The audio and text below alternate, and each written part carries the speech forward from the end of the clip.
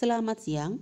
Pada pertemuan kali ini, kita akan melanjutkan pembahasan bagaimana cara menganalisis kaidah kebahasaan teks cerita sejarah yang bersumber dari pengalaman pribadi. Untuk dapat menganalisis teks cerita sejarah berdasarkan kaidah kebahasaannya, kita harus mengingat kembali 5 komponen utama kebahasaan yang harus ada dalam teks cerita sejarah. Yang pertama, menggunakan kalimat yang menyatakan peristiwa masa lampau.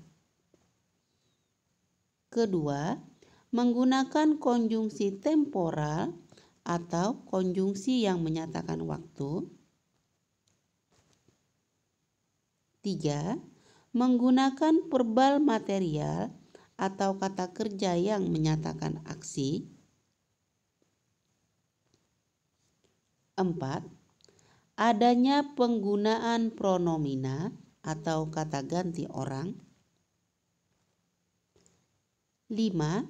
Adanya kata yang bersifat adjektifal atau kata yang menyatakan sifat. Baiklah, kita akan masuk pada poin utama pembahasan, yaitu bagaimana menganalisis sebuah teks cerita sejarah yang bersumber dari pengalaman pribadi. Yang pertama yang harus kita lakukan adalah si penganalisis harus membaca secara keseluruhan sajian isi dari teks cerita sejarah tersebut. Jika sudah dipahami, maka kita akan masuk pada unsur utama pembahasan, yaitu kaidah kebahasaan dalam teks cerita sejarah. Pertama, menggunakan kalimat yang menyatakan peristiwa masa lampau atau peristiwa yang sudah terjadi. Pada teks cerita sejarah pengalaman pribadi yang kita baca, kalimat yang menyatakan peristiwa masa lampau dapat dilihat pada paragraf pertama kalimat pertama yang berbunyi pada tahun 2003. Paragraf pertama kalimat ketiga yang berbunyi dulu. Paragraf ketiga kalimat kedua yang berbunyi di SMP saya mempunyai banyak kenangan. Berikutnya, menggunakan konjungsi temporal atau konjungsi yang menyatakan urutan waktu.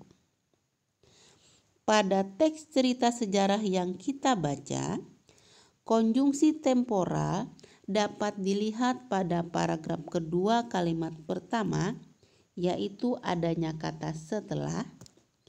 Paragraf kedua kalimat keempat, adanya konjungsi sampai. Paragraf ketiga kalimat pertama, adanya konjungsi dan pada saat. Paragraf ketiga kalimat keenam, adanya konjungsi setelah. Paragraf keempat kalimat kedua, adanya konjungsi saat.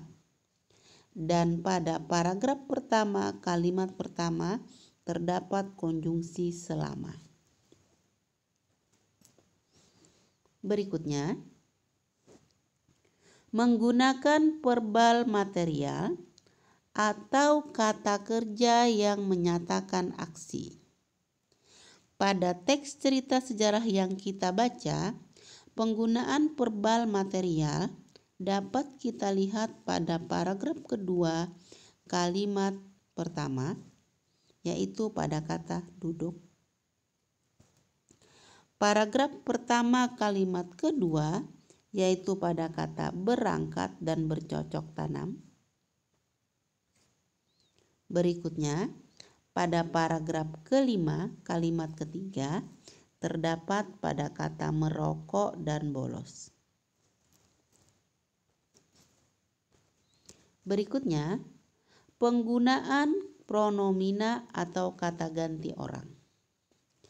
Pada teks cerita sejarah yang kita baca, penggunaan pronomina terdapat pada paragraf pertama kalimat pertama, yaitu adanya pronomina saya.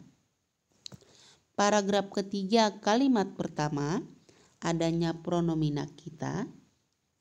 Paragraf keempat kalimat kelima menggunakan pronomina kami. Terakhir, adanya kata yang bersifat adjektiva.